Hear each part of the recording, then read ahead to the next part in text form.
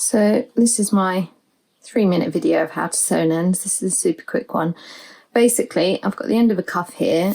When I sew them in, I'm going to work in the direction of all the stitches that are already there. So I'm just going to follow underneath them, and I'm going to work round in circles, basically hiding the tail underneath or in between the stitches. I'm going to work in a big circle so that my ends overlap, so it's really hard for them to come undone.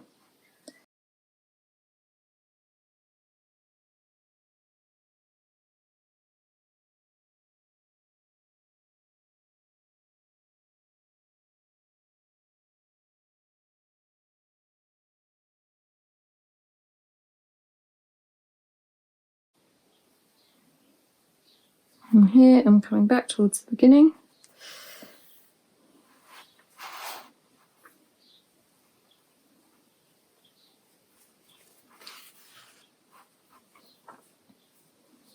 Do a few more around this side.